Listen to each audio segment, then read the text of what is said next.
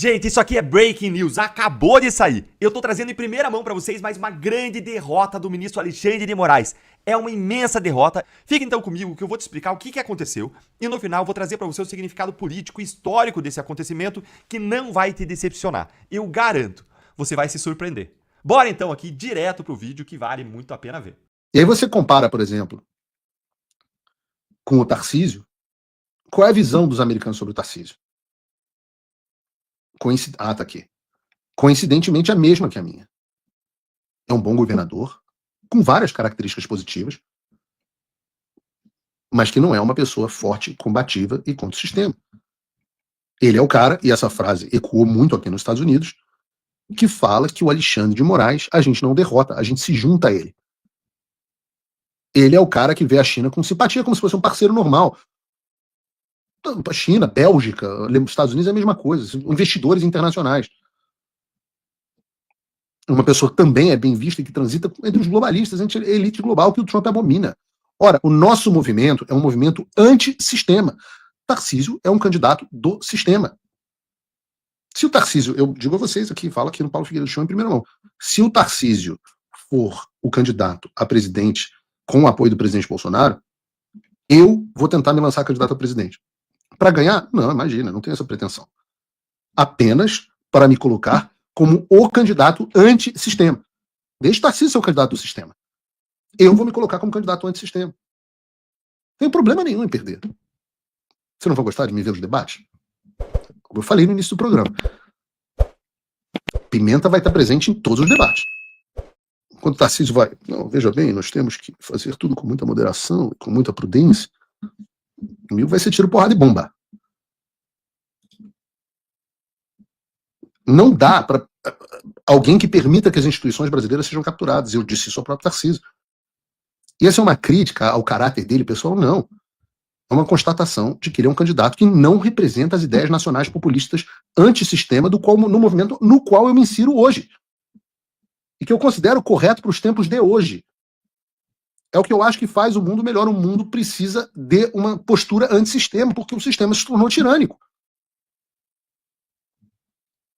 Agora, o candidato, óbvio, o candidato que tem que ser o candidato, caso não seja Jair Bolsonaro, lembrando aqui que tudo isso que a gente está discutindo é sempre claro, caso não seja Jair Bolsonaro, é que o Eduardo seja o candidato. E vejam, um homem que está com zero publicidade, que está exilado do Brasil, que nem se colocou como candidato, e na primeira pesquisa pública do Paraná Pesquisa, já aparece empatado tecnicamente com Lula. Eu fico imaginando o potencial de quando saírem as sanções dos Estados Unidos que são capitaneadas pelo Eduardo. Imagina o tamanho da força que ele vai ter. Então você tem o candidato do STF, do sistema, que é o Tarcísio, que não pode ser o candidato do povo. Então quem será o candidato antissistema? O presidente Jair Bolsonaro vai escolher alguém. É impossível ser o Tarcísio sem a escolha do presidente Bolsonaro. Mas caso o presidente Bolsonaro escolha o Tarcísio, eu não participarei dessa escolha e está tudo certo. Como eu disse, eu já brinco aqui. Eu não sou bolsonarista. E meu apoio não tem relevância nenhuma. Se o candidato for Jair ou Eduardo, eu acho maravilhoso. Eu serei grande entusiasta de qualquer um dos dois. Com todas as minhas críticas à postura estratégica do Jair. Mas não sendo nenhum dos dois, se me desculpem, eu não participarei disso. Porque não acho que nenhum candidato dos outros candidatos avance as minhas ideias. Não, e a Michelle? Não, nada contra a Michelle. Pelo contrário, acho uma primeira-dama absolutamente incrível. A melhor primeira-dama. A Marcela era boa também, mas ela é a melhor primeira-dama desde Dona Dulce Figueiredo. Só que, como alguém que é neto de uma primeira-dama, ser primeira-dama não é qualificação suficiente para ocupar a função mais importante do país. Não dá para você comparar anos de preparo, anos de experiência nacional e internacional, um profundo domínio das correntes políticas que estão no mundo, com a mera experiência de ser a esposa do presidente. O que não significa que não seja um quadro excelente, por exemplo, para o Senado. Porque é porreta, né? Dá saudade do tempo que a gente tinha uma pessoa assim. Principalmente com contraste com a Janja. E é uma excelente candidata. Mas é a melhor pessoa para governar? Eu acho até uma maldade você colocar uma pessoa para fazer uma função pro qual, se você me botar para pilotar um B2 Spirits, eu vou falar assim, porra, a única coisa que eu fiz foi jogar Flight Simulator no Windows 95. Eu não acho que isso me qualifica para ser um piloto de um B2 Spirits. Ah, mas e o Lula? O Lula também não tem condições. O Lula é um homem que vive a política há 40 anos. Ainda assim, faz essa bosta que faz. Então esse argumento não é um bom argumento. De forma que alguém precisa ser o candidato antissistema. Alguém precisa ter o discurso antissistema. Alguém no Brasil.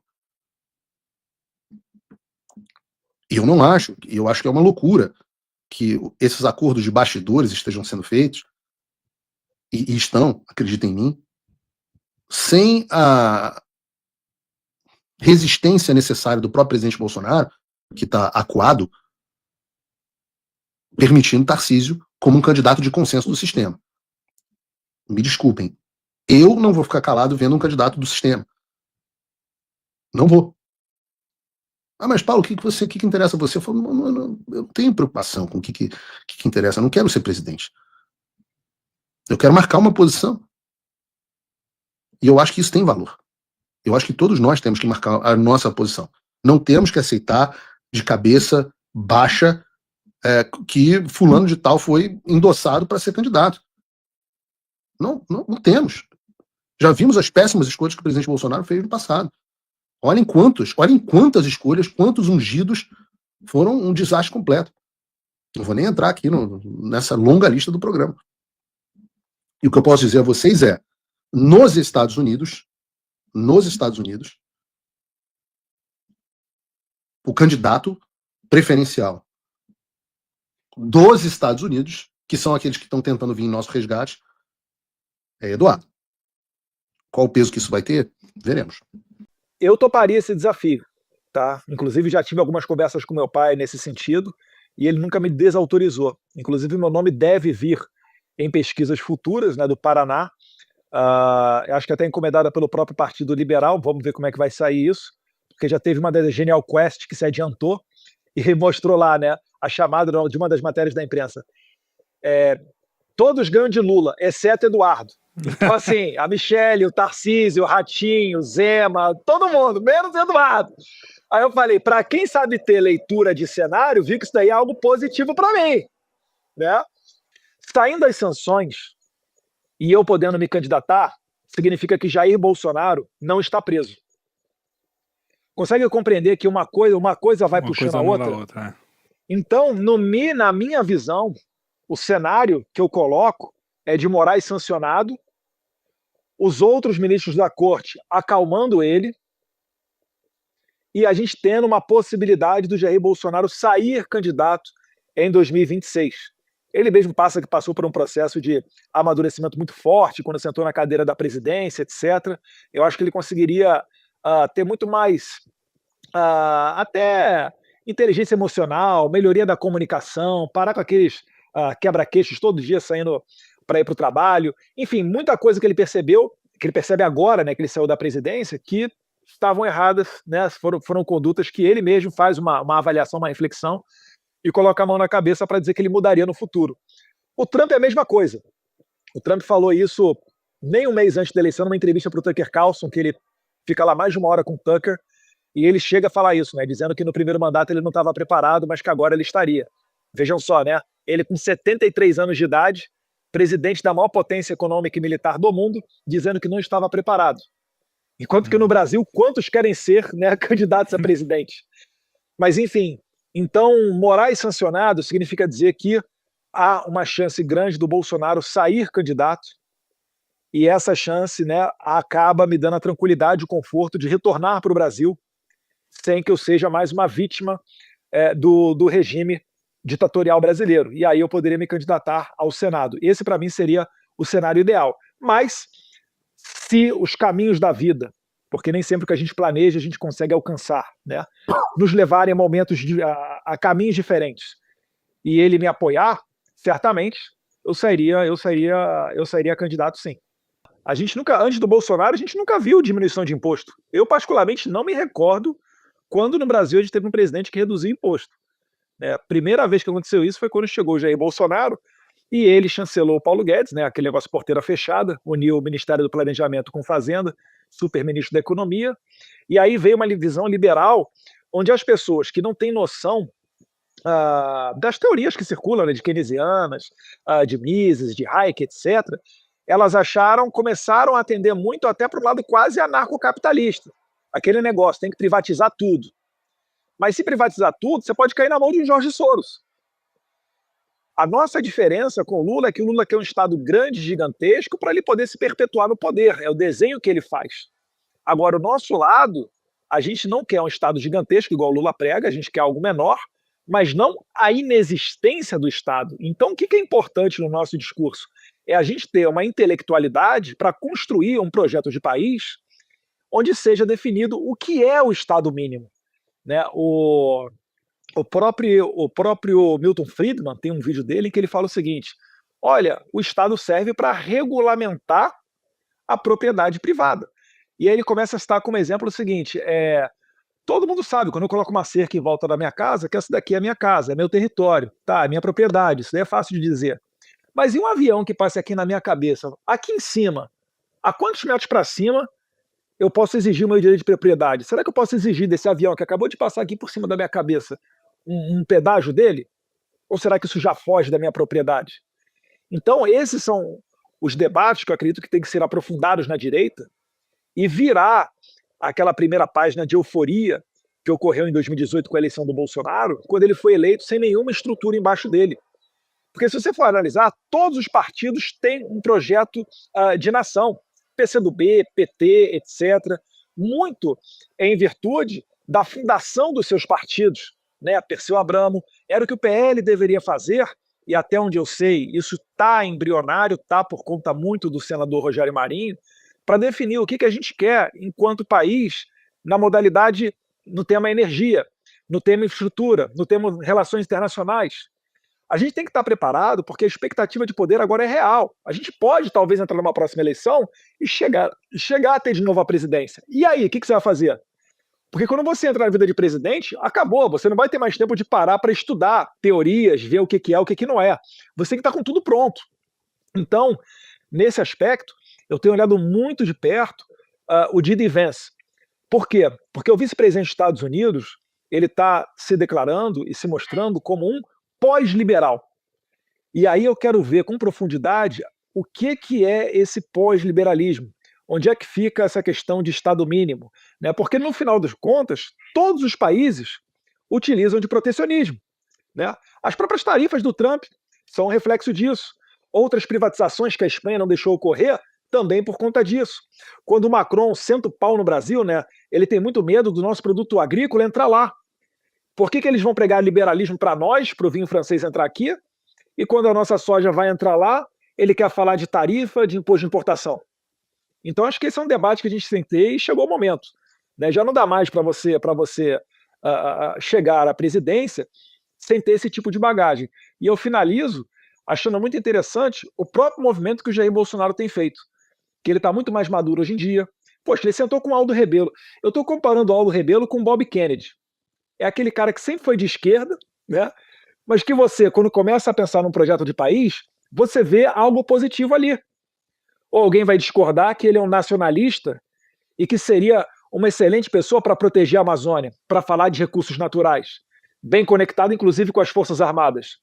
E aí eu vou torcer o nariz para ele porque, poxa, 10 anos atrás ele era do PCdoB? Não.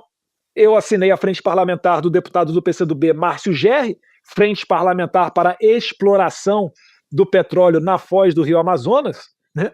Até porque é difícil você conceber, né, que vem uma reserva de petróleo gigantesca da Venezuela, beira ali, passa pela Guiana, aí quando chega no Brasil acabou? Calma aí, né? E além do mais, se tiver algum tipo de acidente, se realmente for a intenção deles preservar o meio ambiente, se tiver um acidente e vazar petróleo no mar, esse petróleo não vai correr para dentro do rio. Isso nunca ocorre. É sempre do rio para o mar que corre a água. Né? Então, é focar, é o que eu falei naquele vídeo, né, que é focar no que há de positivo e tentar aglutinar, porque a gente não vai eliminar, né, as pessoas, isso não vai ser um maravilhoso mundo da direita, né? Inclusive a gente prega muito pelo contrário, né? Nós é que somos os pacifistas que defendem as liberdades, então acho que é por aí. Você imagina só, você, candidato a presidente do Brasil, você tem que percorrer os 27 estados, poxa, eu não sei qual é a realidade política desse ou daquele estado, e invariavelmente vai colar um desses caras aproveitadores, né? Eu acho que o principal é o eleitor estar esclarecido e conseguir se informar através de fontes confiáveis quem são as pessoas, né? Porque na época da eleição sempre rolam diversas listas. E, enfim, isso daí para mim acho que seria o mais complicado. O teu problema, Arthur, é que você está à frente do tempo. O Brasil é uma terra que sempre está algumas décadas atrás, né, nesse debate teórico e das ideologias. Então, enquanto a maioria do mundo está entre conservadores e liberais, vamos assim dizer, o Brasil ainda tem aqui que lutar contra o comunismo. E nessa luta, né, acaba que a prioridade, quando a prioridade é a preservação das liberdades e evitar que os comunistas se perpetuem no poder, isso daí faz com que ocorra até essa união entre liberais e conservadores, coisa que não ocorre nesses países que já sofreram com o comunismo, já viraram a página do comunismo lá atrás, que é o caso principalmente da Polônia, os países aí do leste europeu, né? Romênia, Hungria e etc. Então isso daí é o que eu pontuaria. Eu sei que quando a gente evoluir enquanto país e não houver mais quem dê ouvidos a esse pessoal radical da esquerda, né, a gente vai naturalmente, né, entrar ali em discussões mais aprofundadas com o pessoal liberal. Mas no momento, como o pêndulo está muito para o lado dos comunistas, muito para o lado do socialista, né, imposto alto, etc., acaba que o discurso contra esse pessoal é muito semelhante, né, na parte econômica dos liberais e dos conservadores. E é por isso que eu falo, à medida que nós tivermos um amadurecimento de um projeto de país, etc., você vai começar a perceber que nós não somos anarcocapitalistas, né, que nós defendemos um Estado mínimo, mas falta a nós definir isso daí, inclusive com a ajuda de outras pessoas. Né? Não sou eu sozinho que vou dizer o que é ou o que não é. É por isso que eu falo, eu aprendo com os outros, eu não preciso reinventar a roda no Brasil. Estou olhando de Vance, né? Dou uma olhada ali para o Milei também, né? Mas o Milei não muito por essa questão teórica, mas como exemplo de sucesso de resgate de um país que estava na lona, que é o caso da Argentina, mas eu vou mais ou menos por aí. Não sei se te respondi muito bem essa pergunta. Respondeu, tá ótimo. Não vou te botar mais em situação difícil, não. É que eu não tô querendo cair na porrada com ninguém agora. O momento não, agora... Desde que a gente cai, a gente cai. O momento agora eu não estou olhando para fazer, né, vamos dizer, essa limpeza, né? Eu estou no momento de focar no positivo. Ó, converge comigo nisso aqui, então bora nessa pauta, vamos embora. O Vitor Orbán, ele deu uma palestra uma vez no CPEC, uns 3 anos atrás, muito interessante, que ele dá os 12 passos de combate ao comunismo. E o 9º passo, se não me engano, é um que se chama Tenha Aliados. Foque no positivo. E ele dá como exemplo o Papa, que naquela época era o Papa Francisco. Ele deixa subentendido que ele tem várias críticas com relação ao Papa Francisco, né? Mas ele diz que o Papa estava apoiando o acolhimento de refugiados ucranianos e que isso convergia para o pensamento e a mentalidade dos húngaros. Então ele falou, por que não eu somar esforços junto com o Papa para receber esses ucranianos da melhor maneira possível aqui na Hungria? Então ele falava mais ou menos nesse sentido. E é o exemplo mais longevo, né, de líder de direita no poder, tá? Desde 2010. Cara, essa questão da formação de chapa, de aliado, traíra, eu vou até passar um pano pro Eduardo, até para outros aí, que essa questão sempre rola, bom, o cara fechou com traíra, e eu mesmo já ouvi muito isso. Pô, fulano vem aqui e fecha com esse cara e todo mundo aqui sabe que é traíra. O que acontece é que, às vezes, a pessoa que está ali no dia a dia do município, de uma região, ela conhece mais a fundo certos candidatos, certos elementos que vão se aproveitando da política. Então fulano nunca foi, sei lá, com esse perfil conservador, mas agora é onde o cara vai lá, se veste disso e entra. O que acontece é que as pessoas que estão na posição da articulação mais em cima, como o da Eduardo, o Valdemar Costa Neto, entre outros, cara, na hora de você montar a chapa, você não consegue, pela própria qualidade geral do que existe, você não consegue fazer um grande filtro. Então sempre vai ter vagabundo na chapa, não tem como. Até o pessoal que é da direita, conservadora, que espera chegar a 2026 e falar, porra, finalmente vai ter uma chapa pura, um negócio bacana, só com gente legal, porque a gente aprendeu a lição. Cara, não tem esse material humano. É impossível. Não é pouca gente, é uma grande porcentagem daqueles que vão compor todas as chapas de 2026 vão vir desse meio que era meio centrão e agora veste uma roupinha de conservador e vai. E não tem como evitar isso. Não tem como, porque esses caras têm voto, esses caras têm estrutura formada. Então é muito difícil você criar as próprias estruturas. Demora.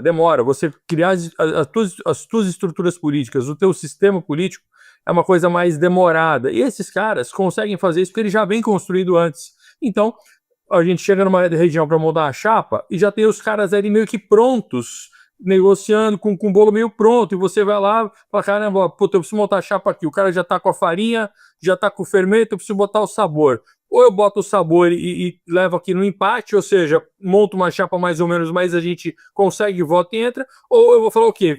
Falo que não, e ele vai fechar com outro e não ganha nada nessa região. Então, cara, ou vai perder de 4. mais ou menos numa eleição, quando você monta a chapa, é melhor do que não ganhar nada, porque pelo menos com mandato no teu partido, você consegue ainda negociar uma porrada de coisa. Sem mandato você não negocia nada. Então existe esse ponto da prática que é sempre complicado, sempre decepciona o eleitor que não está acostumado e que acha que é fácil você fazer uma escolha. Não, esse cara aqui estava fechado com outro fulano lá, que era tucano, sei lá, agora ele quer ser do pé.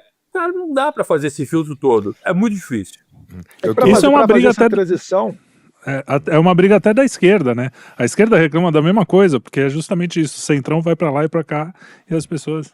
Fala, Eduardo. Mas isso daí é igual a atividade policial, né? Tem como o policial sair para trabalhar e ter a certeza de que vai voltar para casa? Não tem. Mas tem como ele reduzir os riscos, que no caso do policial o quê? É treinamento. Ele cria memória muscular, fica bom de tiro, se protege melhor. Não é certeza que ele vai sobreviver no combate, mas ele entra com mais chances. No nosso caso, o que é o treinamento? É fazer formação de base. Essa é uma crítica que eu fiz muito internamente no PL, que é o quê? Utilizar o dinheiro da fundação. Você tem vários outros movimentos, eu não vou citar aqui, mas que caras que estão organizando. Os caras fazem formação de 2, 3 mil pessoas. Esse trabalho vai dar resultado daqui a 3, 4, 5 anos no médio prazo. São pessoas que vão entrar num debate muito mais preparadas e o lacrador da direita da rede social que conseguiu ser eleito vai se dar mal nesse embate. Porque o cara, eu lembro meu pai falando para mim, eu tinha acabado de entrar no Congresso, ele falou assim, não ache você que você é o Aurataz da honestidade e o intelectual que passou na PF formado na FRJ, que ele vai comer o teu fígado aqui se você não chegar num debate bem preparado. E é por isso que eu falei, uma das principais características, eu sempre gosto de ressaltar o quê? A humildade. O meu primeiro ano, você praticamente não ouviu falar de mim. Eu fiquei quieto, só olhando meu pai, meu gabinete lá do meu pai, só olhando meu pai, indo para os debates, discussão, tal. Às vezes eu ia aqui, ia colar, mas devagarinho comecei a comer o meu feijão com arroz. E o pessoal da direita hoje em dia se sente muito pressionado por conta de rede social e quer chegar e ir para o embate, e não sabe nem o resultado que ele quer com aquele embate. Então é complicado, acho que a gente tem que ter uma maturidade melhor, né? E essa formação do partido é o que eu gostaria de fazer. Um dos projetos que eu desenhei, enquanto secretário internacional do PL, qual que era?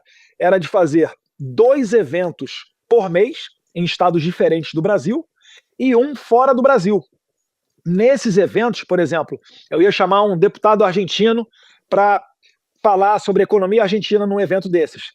Antes, ele ia dar uma aula de 2 horas para pelo menos umas 20 ou 30 pessoas. Essas pessoas nos acompanhariam, né, o Estado bancaria a ida dela nesses estados, e aqueles que tivessem assiduidade comprovada, ao final do ano, iam comigo conhecer, sei lá, a Casa Rosada lá na Argentina, a gente ia dar um pulo no parlamento da Hungria, ia no Congresso americano, sei lá, enfim. Mas uma maneira de você qualificar essas pessoas e deixar elas preparadas para entrar nesse campo de combate. Porque aqui nos Estados Unidos, não tem isso do cara, bombei na rede social, vou sair candidato. Como é que é? Aqui o cara tem que ficar 5 anos, comprovar que ele frequenta a igreja, intercâmbio, qual college que ele cursou, etc. Ou seja, ele faz parte de uma comunidade conservadora. E aí para o cara ser um traíra e virar as costas para isso tudo, ele não está apenas tomando uma decisão que compete à esfera política que ele trabalha. Ele está dizendo não para todos os ambientes que ele frequenta. O futebol, a igreja, o lazer, a escola, etc. Então aqui nos Estados Unidos reduz muito essa questão do caroneiro, que no final das contas é um aventureiro ali que conseguiu algum sucesso. Ou seja, fazer política do começo, né? Isso aí. O pessoal se emociona fácil, né? Pois é, né? Cadê o Marçal agora para abrir a boca? Nos últimos dias tivemos aí pelo menos duas grandes questões judiciais com duas pessoas diferentes que apoiaram o Marçal abertamente, e o Marçal nem apareceu para dar um salve, né, para ambos. Então, boa sorte aí. Para ensinar uma técnica de programação neurolinguística para passar a tristeza. Não Ele tá fazendo live com o Boulos. Tá fazendo live Pois com o Boulos. Vai vir a 21ª onda aí. Pô, deixa eu perguntar um negócio sobre as sanções, que a gente... essa coisa da união política aqui no Brasil, mas você está fazendo esse trabalho aí nos Estados Unidos, que nem você falou no começo,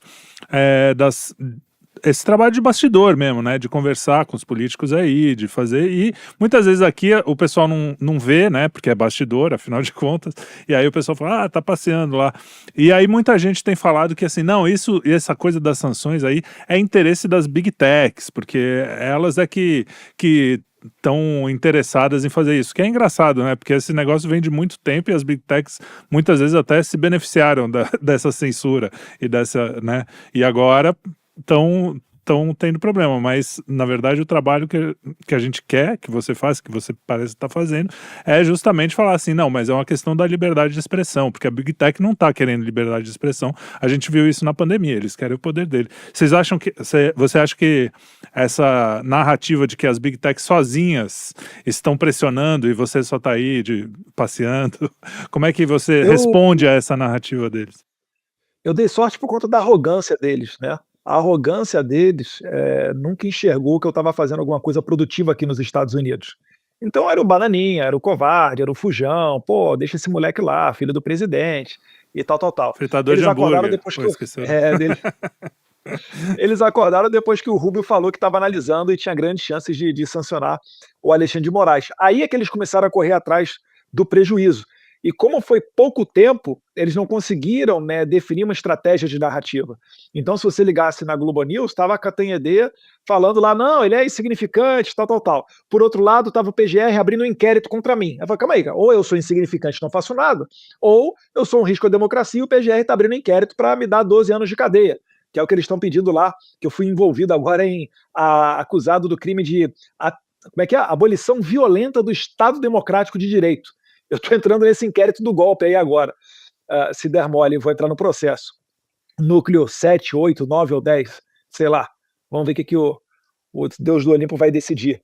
Então eles acabaram batendo cabeça nessa narrativa, e uma das que veio é essa questão das Big Techs, né? Só que faz muito tempo que a gente não ouve, o maior expoente das Big Techs é o Elon Musk, né?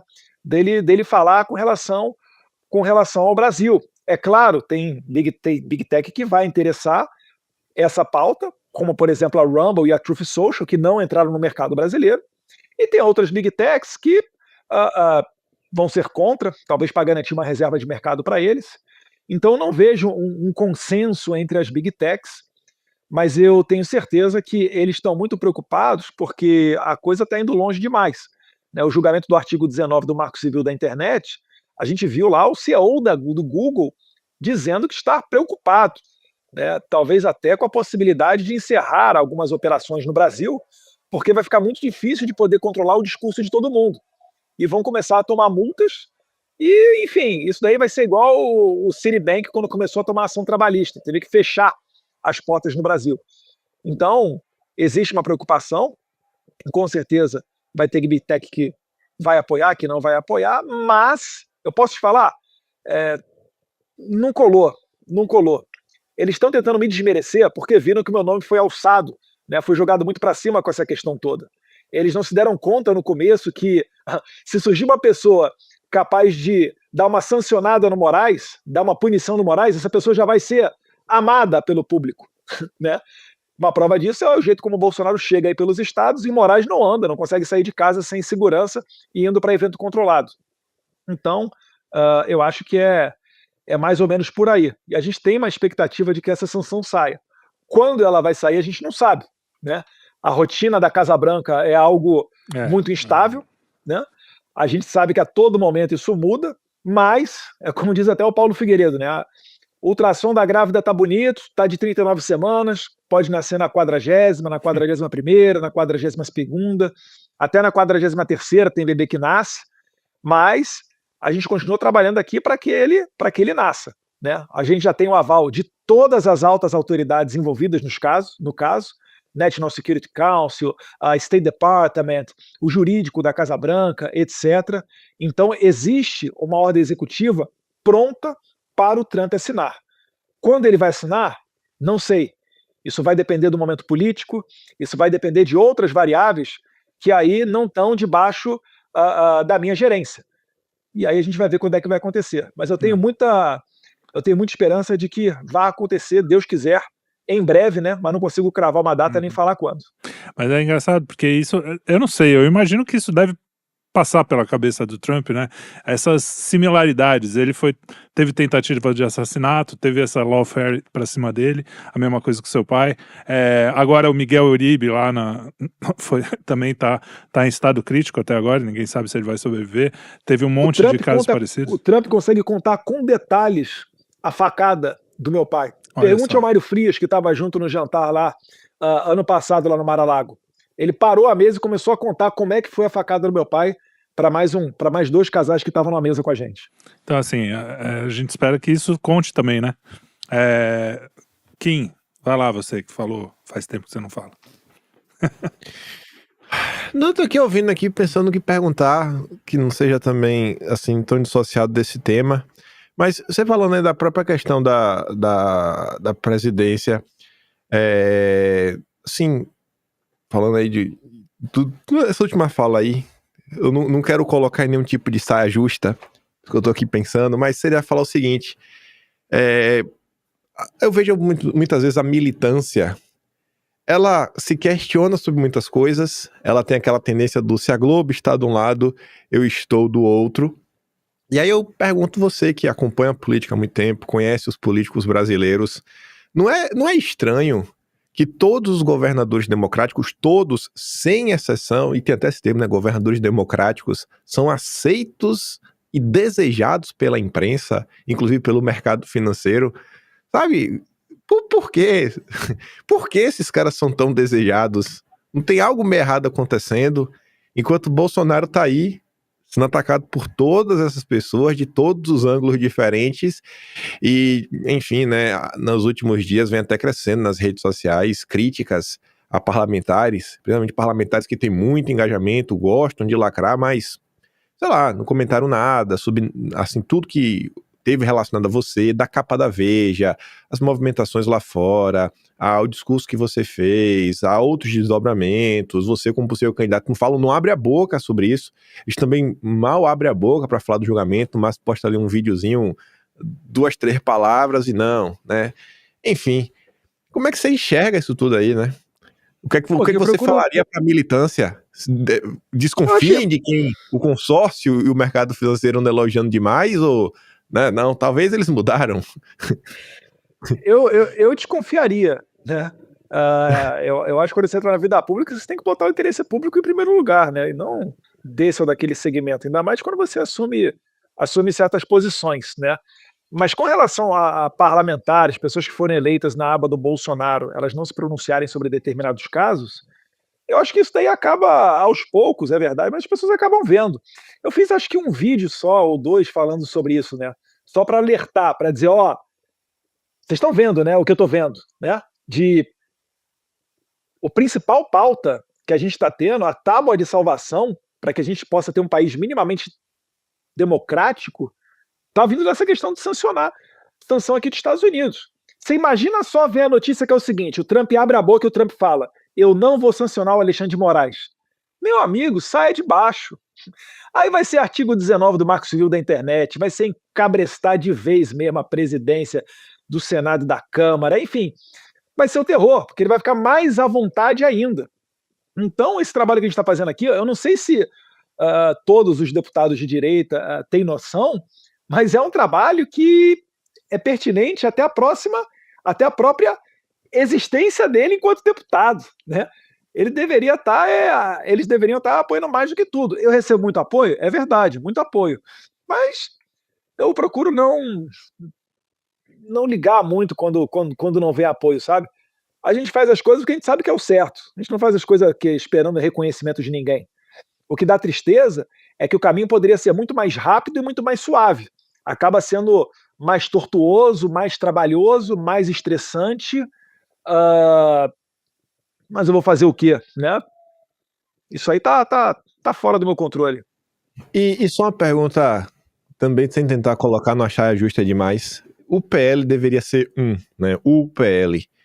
Mas, olhando em termos reais, quantos PLs hoje, sei lá, existem dentro do PL? E em termos reais também, será que quantos PLs a gente consegue reduzir para... Eu digo assim, quantos PLs, quantos grupos internos que vêm buscando uma certa autonomia?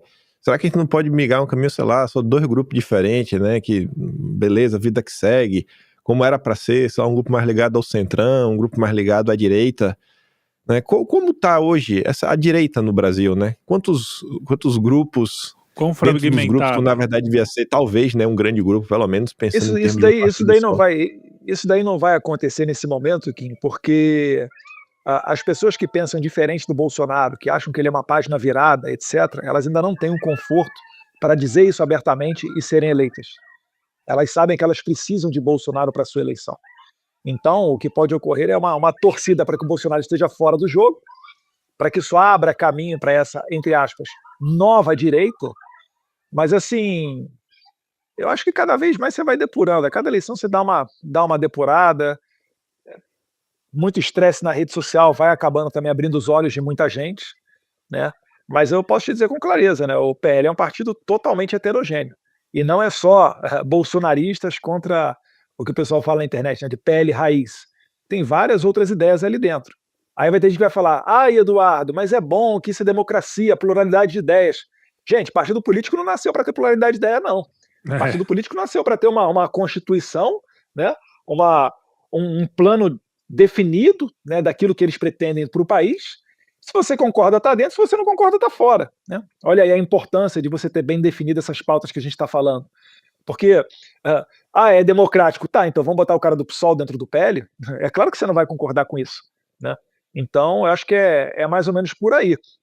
E a gente tem que, entre aspas, aproveitar enquanto o Bolsonaro ainda está vivo, que depois que ele morreu, não sei o que vai ser da direita, né? Vai ser igual o dono da Boca, o dono da favela quando morre, né? O dono do tráfico de drogas lá. Vai ficar o gerente brigando com o fogueteiro, que vai brigar com outro. Enfim, tiroteio para tudo que é lado, você vai ver só. Mas enquanto ele está vivo, a gente tem que aproveitar para tentar sedimentar um movimento permanente, né? Utilizar essa estrutura do PL para construir um projeto de país, para construir uma formação acadêmica, intelectual, não só para os próximos parlamentares a serem eleitos, mas para o próprio partido mesmo. Se você for ver os Estados Unidos, por que aqui as disputas são muito mais equilibradas e elas nunca acabam na próxima eleição? É porque os caras aqui têm Heritage Foundation, é mais de 100 milhões de dólares de orçamento por mês. Mais de 80% disso vem da velhinha lá do meio dos Estados Unidos, lá de Ohio, né, de Iowa, doando 20, 30, 40 dólares. Né? Você tem desde 1973 um CPEC. Então você tem várias estruturas que dão o tom da política. Quando o cara vai para a guerra do Iraque, vira combatente, perde uma perna ou se aposenta por qualquer motivo, ele volta, ele entra numa Heritage Foundation, no Leadership Institute, e vai fazer o Plano Nacional de Defesa do país. E depois um Trump eleito, esse papel vai chegar na mesa dele para ele tomar decisões relacionadas aos Estados Unidos com base naquilo. Aquilo ali vai ser enviado para todos os prefeitos dos Estados Unidos para saber o seguinte, olha, aqui eu já sei, né, que eu tenho que ter uma guarda municipal, que é assim, que é assado, uma relação com a PM que é assim, que é assado, eu já sei o que é homeschooling, eu vou tentar implementar aqui um voucher para a pessoa poder receber um dinheiro e saber onde é que ela vai decidir, onde é que ela vai querer matricular o filho dela, se é numa escola judaica, se é numa escola de ateus, se é numa escola assim, se é perto de casa, se não é. Então eu acho que é tudo isso que a gente está falando. Eu vejo poucas pessoas debatendo isso. Né? Acho que o Quinto Elemento é um dos poucos programas que a gente vê do YouTube que você realmente debate isso. A maioria das vezes que eu sou convidado para ir num podcast é para falar só dos temas recentes. Né? Jair Bolsonaro. É importante? Com certeza é. Mas eu estou querendo dizer o seguinte, quando você construir um país, você tem que estar muito além disso. Né? E isso daí é até a minha bronca com o PL. Eu acho que o PL está saindo bem com os eventos que está fazendo agora de comunicação e seminários, mas dá para aproveitar muito mais isso. É investir dinheiro fora da época da eleição. É acabar com aquele pensamento de que, vamos economizar o máximo possível, quando chegar na eleição a gente despeja dinheiro porque é isso que elege deputado. Não. Né? O que vai eleger uma boa bancada e vai ser muito preventivo para parar arestas é essa formação. Então, pegando esse gancho, Eduardo, esse investimento, às vezes o que eu percebo olhando em volta, eu sinto falta às vezes de ver o discurso da direita se concretizar na prática da vida do dia a dia do cidadão no município. Já faz tempo que eu comento isso com o Kim, com o pessoal aqui, que a gente vê no dia a dia. Eu, pelo menos, eu fui criado num sistema de política regional, municipal.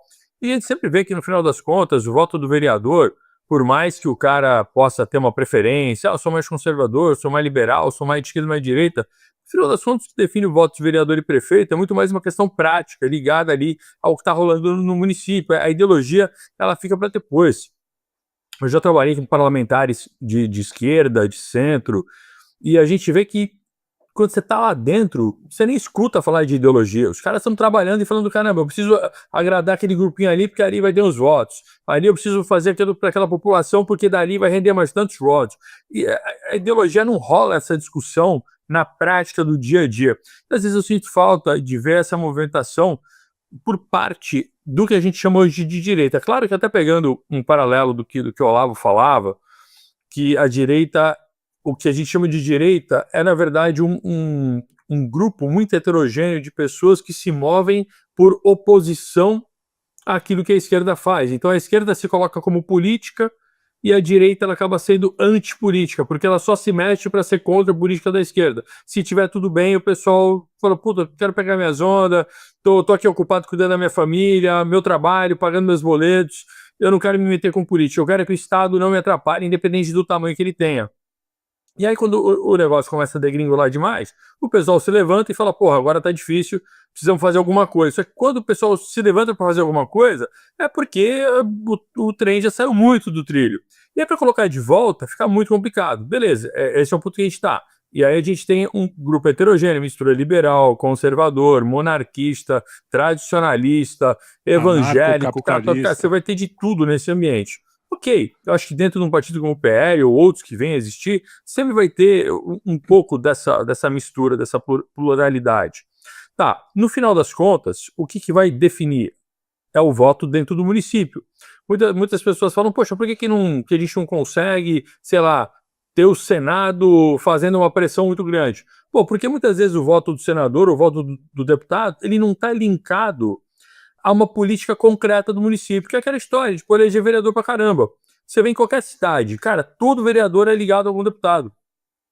Todo vereador, ele tem uma ligação, ele faz campanha para aquele deputado, ele chama os cabos eleitorais dele e fala, pô, aí, chegamos na eleição, preciso dar 300 votos para esse meu deputado aqui, preciso dar 100, os caras têm meta de voto. Os caras têm meta, pô. Os deputados antigos aí de Centrão, aquele esquema mais fisiológico, pô, os caras têm cargo em tudo que é município e dá meta de voto para cada um desses cargos. Tudo bem, esse não é bem o estilo da direita fazer as coisas. Mas, pô, esse sistema funciona.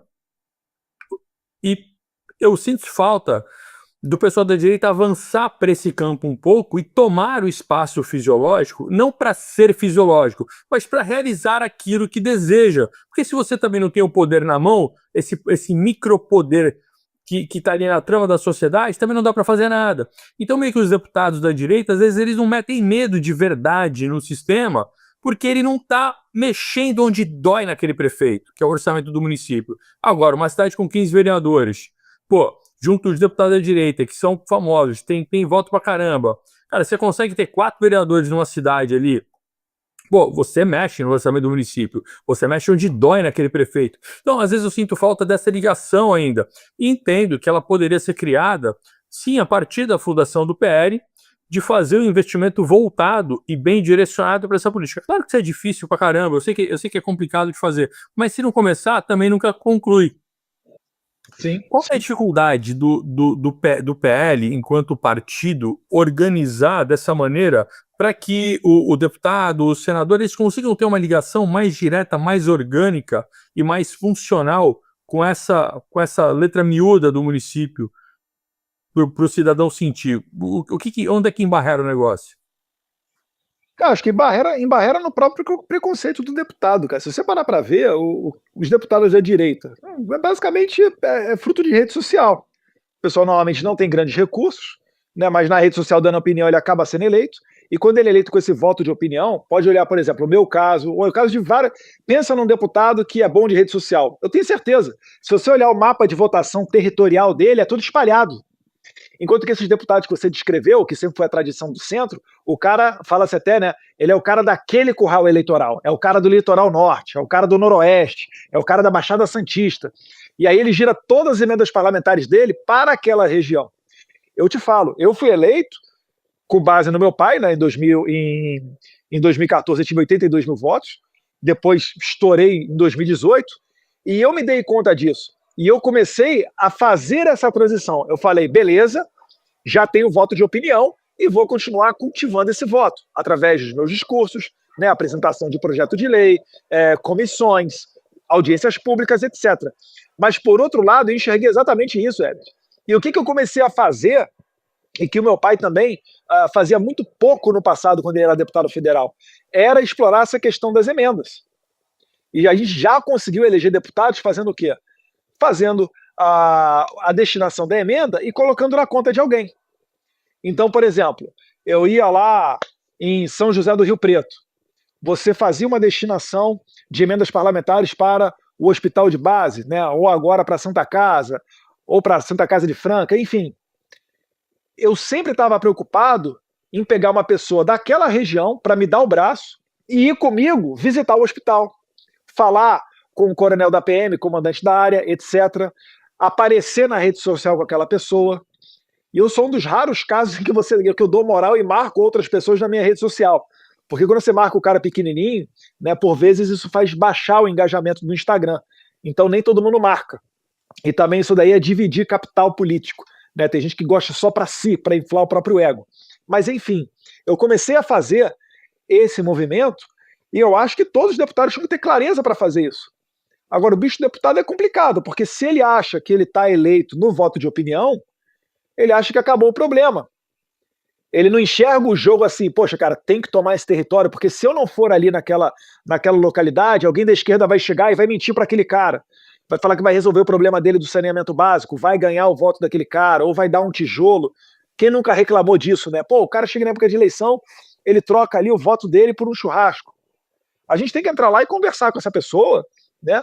E não falar sobre Edmund Burke, né? Sobre Friedman ou qualquer um desses caras, que a esquerda não conquistou, não chegou ao poder fazendo isso, né? Muito pelo contrário, você bem falou. Mas para apresentar para eles os seus argumentos. Eu, por exemplo, lá em casa, eu sempre falava com uma pessoa que trabalhava lá em casa, perguntando para ela e justificando e falando, como é que tá o preço do café aí? Tá tanto, sabe por que tá tanto? Por causa disso daqui, disso. E tentava explicar para ela. Eu tentava ser sempre o agente transformador do meio em que eu vivo, né? E eu acho que você está certo, tem que ter essa migração, não só para você ter o voto de opinião, mas migrar para você também ter esse voto do vereador, do prefeito, da base. E eu acho que, enfim, mas aí vai depender de cada um, né? É difícil conversar com o deputado e falar para ele pagar missão para fazer isso ou fazer aquilo. Então, mas isso não poderia ser um fortalecimento da cúpula do partido e dessa diretriz? Porque eu acho que o ambiente de direita ele é sempre mais individualista. Então fica cada um meio que por si. Cara, mas tem que... Cara, o individualista ele sempre vai perder pro coletivista no final das contas se continuar dessa maneira. Precisa ter... precisa encontrar um equilíbrio entre o individualismo do candidato, ok, a gente tem um perfil mais conservador, liberal, etc. Ninguém é tão coletivista quanto a esquerda, mas, porra, se não tiver nenhuma consciência coletiva de nada... O partido só faz isso se tiver poder, se tiver uma maneira de poder cobrar a fatura do deputado. Senão não vai conseguir fazer. Então, mas a própria distribuição dessa verba do fundo eleitoral, do fundo partidário, daquela porcentagem que por lei é obrigatória a ser gasta com um programa de formação política, essa distribuição de verba não poderia ser, olha, vamos estar distribuindo isso aqui, mas, porra, eu quero ver o resultado. Poderia, mas aí o partido tem que estar preocupado com isso daí. Hoje em dia, muito da mentalidade do PL é focado só no eleitoral, nos 45 dias. Entendeu? Se você chegar. É o que eu falo, tem que ter um projeto de país, tem que saber o que você quer, entender que um partido não é democracia. O melhor exemplo que eu tenho de partido, para mim, é o Vox da Espanha. O Vox da Espanha, cara, tem fundação. Os caras fazem documentários sobre o Foro de São Paulo, tema que é sensível na América Latina e pouco sensível lá na Europa. Eles são super organizados, eles têm mídia, eles têm o La Gazeta de la Iberosfera, eles têm o El Toro TV conectado com eles, eles mandam os seus filiados para fazer intercâmbio, eles fazem um evento tão organizado quanto o CIPEC, né? Normalmente é o Vive Espanha, tão organizado quanto o CIPEC, anual. Você entra lá, parece que está entrando numa arena de um estádio, um negócio sensacional. Então é o partido mais organizado. E ali você não consegue fazer alguma coisa fora do partido, porque senão você está fora. Por quê? Porque lá é lista fechada. Você não está na cabeça de chapa se você começar a fazer uma conduta isolada, sem ter o aval do partido. Então todo mundo tem que ir primeiro dentro do partido, debater, discutir e dali partir para fazer a sua atividade. E enquanto que no Brasil, de uma maneira geral, isso daí não é necessário. O poder que o presidente vai ter de um partido, ou um líder, melhor dizendo, vai ser de conseguir tirar você das comissões. Pode até fazer isso. Mas como é que eu vou te falar? Eu acho que primeiro a gente tem que amadurecer politicamente antes de dar tamanho poder para, ou mais poder ainda, né, aos caciques para fazer isso. Mas se o partido tiver uma mentalidade, uma definição e uma clareza daquilo que ele quer para o país, ele vai poder chegar e melhorar esse teu ponto aí que você está levantando. E como, só para fechar essa série aqui, essa pergunta, e como pode se alcançar essa clareza? O que falta? Tem um caminho? A gente está muito preocupado com a eleição e não dá tempo de parar para pensar? O que falta para a gente chegar lá? Você vê uma forma de alcançar isso? O Rogério Marília é secretário-geral do partido. Até onde eu sei, ele estava fazendo algumas consultorias nessas diversas áreas para montar um projeto de país. É o que eu estava querendo fazer também, começando a caminhar, fazendo reuniões com deputados estaduais, uma vez a cada 2 meses mais ou menos em Brasília, e pegando deles sugestões da área de segurança pública, que tem muito, que são oriundos da Força Policial, né? Outros da área de educação, para começar a rascunhar e fazer isso. Mas eu não tive tempo nem cabeça para conseguir focar 100% nesse projeto. É o que eu falo, falta mão. A gente precisava de um intelectual dentro do partido com dinheiro para poder contratar consultorias, poder rodar o país se for o caso, ter um staff embaixo dele. É o que eu falo, não é só mirar na época da eleição, é conseguir fazer essa intelectualidade dentro do partido. E aí você vai conseguir esclarecer essas ideias e vai ter um rumo melhor. As cabeças pensantes têm que começar a perder o nojinho da política, né? Porque é isso que acontece. Eu mesmo já fui um que tive um certo... não temos o que fazer. O Herbert me ajudou muito a sair dessa mentalidade, porque realmente, até o Daily Wire aí nos Estados Unidos, o Michael Knowles fala muito disso. A direita parece que tem medo de ter poder, né? Ter poder é feio, faz mal. Mas a gente tem que ter o poder para fazer uma coisa boa. A gente quer fazer o bem, né? Teoricamente. Sim. Então... Só tem medo de se sujar. Exatamente. Eu sempre falo, porra, se você pode trabalhar no chiqueiro, você não precisa comer lavagem só porque trabalha no chiqueiro, porra. Arthur, quer fazer a saideira pra gente, já tá tarde aí pra você, pra nós nem tanto, mas também já passamos bastante tempo aqui. Tô firme, cara, 3h15 da manhã, tô firme e forte, Adelante. Fungando igual um São Bernardo. Você precisa ver na hora de roncar, entendeu? Aí a coisa fica pesada. Eu queria perguntar para o Eduardo uma questão, voltando um pouquinho às sanções, principalmente a percepção delas no Brasil. Porque é curioso que a gente tem uma atividade de empresários, né, grande no Brasil, mas o mercado, por exemplo, o mercado financeiro, ele é considerado eficiente, precificar essas coisas, né? Precifica, antecipa, ele tenta mostrar uma inteligência. E esse é um assunto que, por acaso, me parece que o mercado não toca, né? Não tenho visto. Então, não tenho visto o Bradesco falar, Itaú falar, o André Esteves falar. É aquele negócio que está tudo bem, mas eles vão ser os principais caras que vão acabar operacionalizando isso. Então, assim, como é que você vê, caso aconteça as sanções, o efeito, o desdobramento disso no Brasil, em várias camadas? Como é que você está vendo isso? E a reação ou a apatia, ou a abulia, sei lá, da Faria Lima, que simplesmente finge que não precifica o que não está vendo esse movimento acontecer. Não sei se você tem falado com alguns bancos, tem empresário falando com você, tem gente que discute com você, tem cara que procura, empresário que procura para discutir o Brasil, para ver tem tido essa relação, essa procura de empresários, ou está todo mundo ali na torcida, na moita, com medo do inominável? Não, tem essa procura sim, né? Muita gente está bem preocupada em montar a posição, né, para não ser pego de surpresa, imaginando cenários futuros, né? Mas também tem gente que se preocupa com o Brasil também, tá, Arthur? Né? Não é todo mundo no mesmo saco que só tá afiando os dentes para morder, abocanhar a sua parte do lucro, não. Mas eu acho que é lamentável, mas é inevitável que, vindo as sanções, o mundo inteiro vai ficar sabendo. Até porque o Alexandre de Moraes tem tudo para ser o exemplo, né, tomar a punição exemplar para que nenhum outro juiz estrangeiro se aventure a fazer como o Moraes está fazendo, né, mandar de prisão contra cidadão americano por conta de post que ele fez a partir do solo americano, né? E isso vai mandar um recado para o mundo inteiro, mais acentuado com essa postura aí dessa administração Lula, né? Está pagando missão até para o Itamaraty me investigar aqui. Saiu uma notinha no jornal falando, né, que o Itamaraty não se presta mais a fazer isso. Isso ocorreu em outros tempos, né? Deixaram subentendido que era nos tempos da ditadura e etc. Mas que não é papel do Itamaraty ver quais são os passos de um deputado federal no exterior, porra. Os caras não são polícia. E estão certos, né, nesse sentido. Mas o Lula, comprando a briga do Moraes, ele está dragando o Brasil para esse ringue aí das sanções.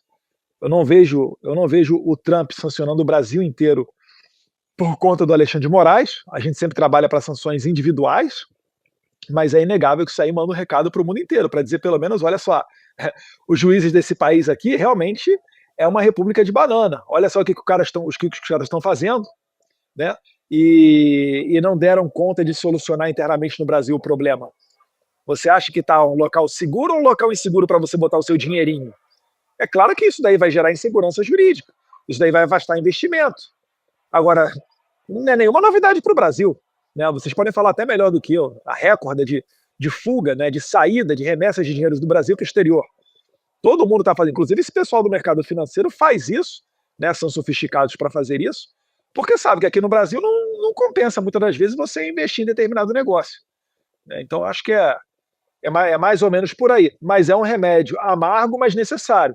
Pior é o Brasil não tomar esse remédio, né, ocorrer uma consolidação do poder do Moraes e o grupo dele, e aí sim a gente vira uma Venezuela para valer.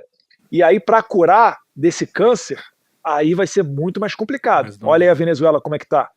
Quem é que vai dar uma solução para a Venezuela? Complicadíssimo. O que eu estou querendo é que o Brasil tome remédios antes da gente chegar nesse estágio da Venezuela, porque não está faltando muita coisa, não. Eduardo, só para pegar uns negócios aqui na questão das sanções e terminar minha pergunta aqui, e a questão porque o Rubio, quando ele foi, inclusive no Congresso, ele falou da questão da energia lá do Paraguai, etc., né, do excedente de Itaipu, mas também tem alertado sobre a questão de você ter organizações terroristas do Hamas na região da Tríplice Fronteira, né, ali na América Latina. E, obviamente, isso passa pelo PCC e também pelo Comando Vermelho, que eu acho que, mais do que claro, que nós já viramos um narco-estado agora, né, com essa tomada, principalmente nesse governo aqui, deixou o tráfico tomar o nível federal. Então, minha pergunta, assim, você tem falado com o Rubio, com o Wencel, com a turma que você fala lá, com os secretários, sobre o crescimento do PCC como organização criminosa e, evidentemente, terrorista no Brasil? Eles estão abertos a começar a botar esses caras na lista também? Como é que está essa discussão das organizações criminosas lá? Eu estou preocupado de falar e já vai vir gente me atacando não, né, me criticando, dizendo, tudo que vem dos Estados Unidos é Eduardo Bolsonaro. Soberania. É. Não, eu tô falando do pessoal aí mais limpinho mesmo, né? Que fica falando, e aí, o Eduardo já falou que essa medida dos Estados Unidos veio dele. Eu já fiz 2 reuniões, tá? Em 2 órgãos diferentes, uma dentro da Casa Branca e uma no State Department, falando exclusivamente sobre esse assunto. Isso é algo que preocupa muito eles, porque eles já têm informações de que a sofisticação do PCC e do CV está levando a lavagem de dinheiro, inclusive com pessoas já sancionadas, ligadas à Al-Qaeda e ao Hezbollah, tá? Então eles estão olhando isso aí com muita preocupação. Aquela operação que teve mais para o começo do ano, do Take America Back, que prendeu, acho que 12 brasileiros, né? Boa parte deles com envolvimento com o PCC e boa parte deles imigrantes ilegais nos Estados Unidos, onde eles estavam fazendo tráfico de fentanil e tráfico ilegal de armas, passando por Flórida, Massachusetts e Carolina do Sul. Isso ligou um alerta muito grande para eles. Então, como eles estão agora com essa nova política migratória, com essa nova política de envio de bandidos e criminosos dos Estados Unidos para as cadeias do Bukele, né, notoriamente para o CECOT, o Centro de Confinamento contra o Terrorismo, eles também estão analisando a possibilidade de colocar nesse jogo os cartéis brasileiros. Os 2 maiores são o CV e o PCC. O CV já praticamente controla a rota de droga dos principais produtores de cocaína do mundo, né, Bolívia, Colômbia e Peru, e também divide com o Comando Vermelho rotas de entrada de armas, principalmente pelo Paraguai, tríplice fronteira do PCC, Porto Murtinho mais ao norte, Comando Vermelho.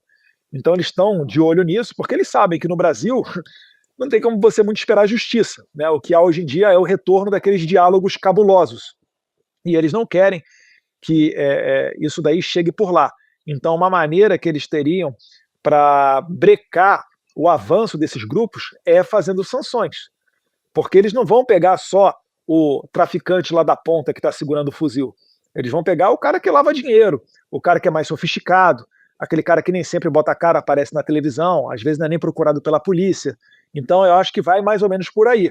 E eu lembro o seguinte, uma vez designado como grupo terrorista, essas pessoas que podem às vezes nem cometer crime violento, falei aqui de lavagem de dinheiro, essas pessoas fora do Brasil, elas podem ser presas pelo DEA em qualquer localidade. Então isso aumenta o poder do DEA de ir atrás dessas pessoas, prendê-las e levá-las à justiça americana, né? Paraguai, Colômbia, dentre outros países, são países onde isso daí é uma possibilidade de acontecer, onde existe uma cooperação mais forte com os americanos. E se Deus quiser, no Brasil, retornando um governo Bolsonaro, por exemplo, haveria muito mais cooperação nessa área. Eu sei que o Brasil proíbe na sua Constituição o envio de nacionais para cumprir prisão, né, no exterior, e também não existe a pena de banimento.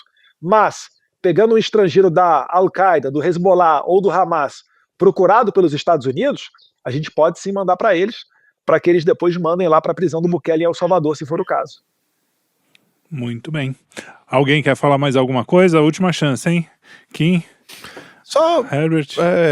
falar o seguinte, o que você falaria, Eduardo, assim, em encerramento, né? A gente perguntei antes para militância, mas o que você falaria para, sei lá, se alguma pessoa de outra bolha assistir a esse final, né? O que se você tivesse a oportunidade de falar e a pessoa tivesse minimamente o coração aberto para ouvir, qual a mensagem que você gostaria que eles, né, absorvessem?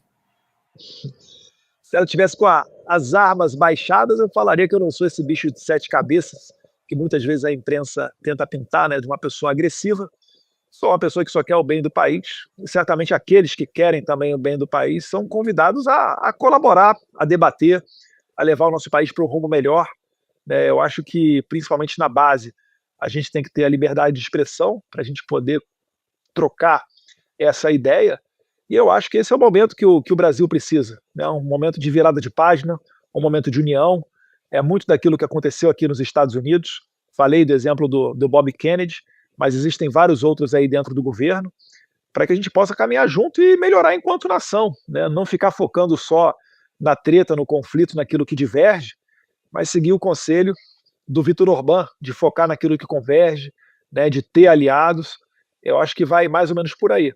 Não significa dizer que a gente vai dar a mão a comunistas e vai começar a idolatrar Stalin. Não, não é isso. Mas, por exemplo, o Ciro Gomes, está sendo processado pelo Lula porque ele criticou banqueiro. Esse é o país que você quer mesmo? Claro que não. Eu tenho certeza. Se sentar com o Ciro Gomes e tomar um cafezinho com ele, a gente vai concordar, pelo menos, na parte de liberdade de expressão. Então, por que a gente junto não pressiona as autoridades a ceder, né, a parar com essa perseguição, com essa censura? É mais ou menos por aí. É mais ou menos pegar ali o Aldo, tomar um cafezinho com ele. Aldo, não anima aí não fazer um projeto aqui para a gente definir onde é que impacta o nacionalismo, quais são as bandeiras que realmente importam para a soberania nacional, o que a gente pretende fazer com a Amazônia, o que pode ser essa execução de uma exploração sustentável, até onde a gente pode ir na mineração, né, discutir questão de reservas indígenas, que praticamente é tudo, desde o tempo do Enéas, a gente sabe isso, né, o Bolsonaro também fala, né, as terras indígenas estão sobrepostas aos metais preciosos, ao mapa metalogenético do Brasil. Então é começar a debater isso, e não só ficar, né, no debate político da internet, digamos assim. Eu quero pensar no Brasil para frente. Todo mundo que está com essa mesma preocupação é convidado a se unir forças e a caminhar junto nesse projeto. Maravilha. Então, Maravilha. muito obrigado, Eduardo. Muito obrigado a vocês três também, meus companheiros de Puxando o Fio, que hoje é uma entrevista especial. Obrigado a vocês também que nos acompanham. Aqui a gente sempre também tem o diálogo aberto, vocês podem comentar, xingar, falar bem, o que vocês quiserem, compartilhem, deem like, ouçam os nossos programas. Nós temos programas também muito heterogêneos, assim como a direita. Falamos de cinema, falamos de geoeconomia, a gente fala de cultura e a gente também fala de política do dia a dia, porque são todos assuntos importantes para todos nós, para a gente se formar como pessoas e para ter uma discussão, inclusive, como país. Essa discussão interna que o Eduardo falou no PL, a gente faz um pouco aqui. Pô, o que é ser brasileiro? Por que tem... Parece que às vezes tem dois Brasis, né? O do narcotráfico lá, do funk, e um monte de Brasil legal do Ariano Suassuna, por exemplo, do Machado de Assis, das pessoas que se conversam aqui. Então, do carinha, do cafezinho, seu vizinho, que às vezes até vota no PT, mas não é um cara ruim, que você conhece desde pequeno. Enfim, aquela coisa que a gente precisa começar a discutir, senão a gente vai ser um inferno isso aqui, a gente vai ficar brigando o resto da vida e ninguém quer isso pra vida, a não ser os psicopatas doidos, e aí só eles que vão ganhar. Então é melhor a gente que não quer isso sentar e conversar. Muito obrigado a todos e nos vemos por aqui no canal, nos canais, inclusive Instagram também, todos os canais do Estúdio Quinto Elemento. Um grande abraço a todos e até já.